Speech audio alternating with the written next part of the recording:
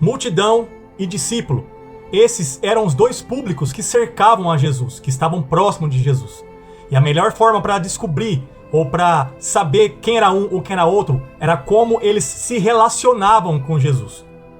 Fique nesse vídeo, porque talvez você possa estar achando que é uma coisa, mas na verdade você é outra. Talvez você está achando que é um discípulo, mas na verdade você está tendo atitudes e comportamentos de uma multidão. Para que nós entendamos o que é um, o que é outro, nós temos que voltar lá nas bem-aventuranças, no Sermão do Monte. Quando Jesus, ele olha a multidão, a Bíblia diz que ele olha a multidão, subindo ao monte, olhando a multidão, ele se assenta. No momento que ele se assenta, os discípulos se aproximam de Jesus.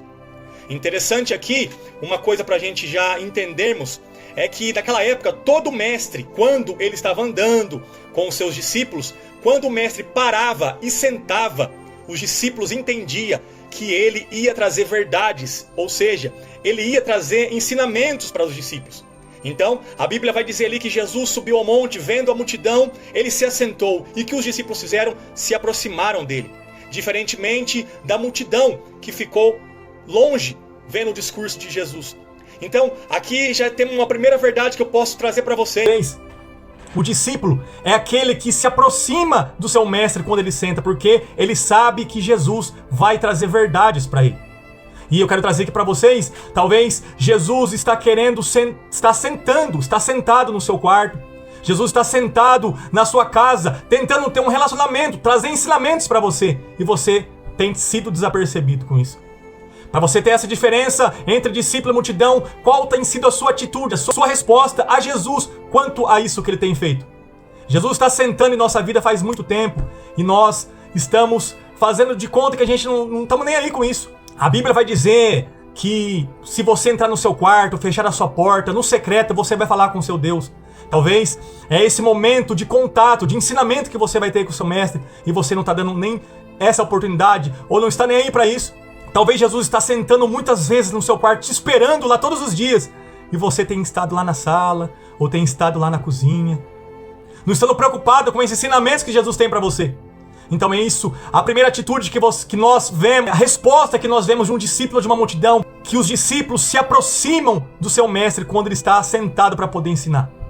Será que você tem sentado ou você tem ficado desapercebido nesse mundo? Jesus está lá no teu quarto esperando você e você está indo lá na sala desapercebido, mexendo no celular ou na cozinha fazendo muitas coisas. Ah, tá bom, você está na cozinha? Então vamos lá na cozinha. Jesus vai na cozinha e você vai para o quarto.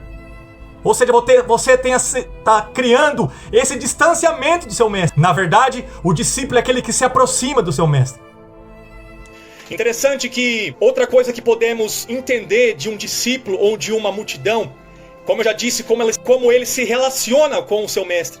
Para você saber o que é a multidão sempre vai dizer assim para Jesus: Jesus, o que você pode fazer por mim hoje? Mestre, o que você pode fazer por mim? O que você pode fazer pela minha causa? O que você pode fazer pela minha situação? O que você pode fazer por mim? Jesus, o que você pode fazer por mim? Essa forma que a multidão se relaciona com Jesus. Já o discípulo, a maneira como ele se relaciona com Jesus, a pergunta que ele faz é: Senhor, como posso fazer para ser parecido com o Senhor? Como faço para ser parecido com o Senhor? Como faço para ser parecido com o Senhor? Como eu faço para amar como o Senhor ama? Como eu faço para perdoar como o Senhor perdoa? Como eu faço para ser benigno como o Senhor é benigno? Como faço para ser parecido com o Senhor, que o Senhor é meu mestre? Então tá aí a diferença. A multidão sempre vai chegar próximo de Jesus e perguntar a Jesus: o que você pode fazer por mim hoje? Já o discípulo, ele pergunta: Senhor, como faço para ser parecido com o Senhor? Interessante, se a gente pegar aquela passagem de Marta e Maria, aqui a gente tem essa representação muito mais interessante. Jesus se apresenta, se entra na casa de Marta, Maria e Lázaro, desses três irmãos. E eu tenho a certeza que quando Jesus ele entra naquela casa, ele senta na sala.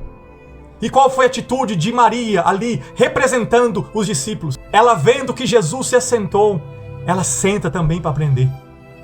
Interessante que quando Jesus estava conversando ali e ele senta, Maria também senta para aprender. Aqui eu não quero trazer algo juízo de valor, quem está errado ou quem está certo.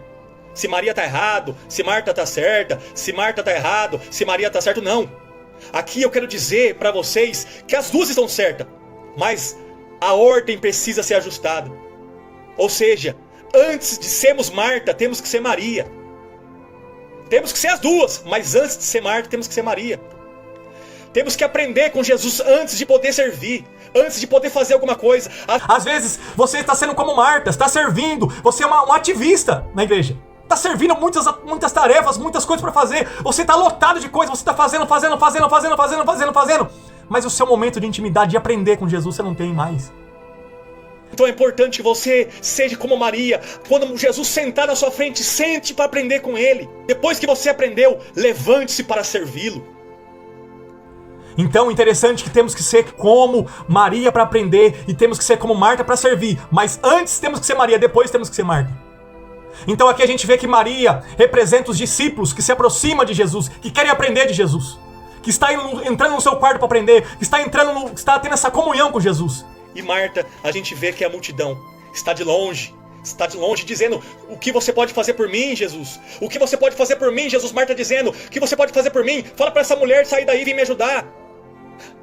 Interessante que é um perigo de você ser a multidão, que você não se relaciona com Jesus e também não deixa se relacionar.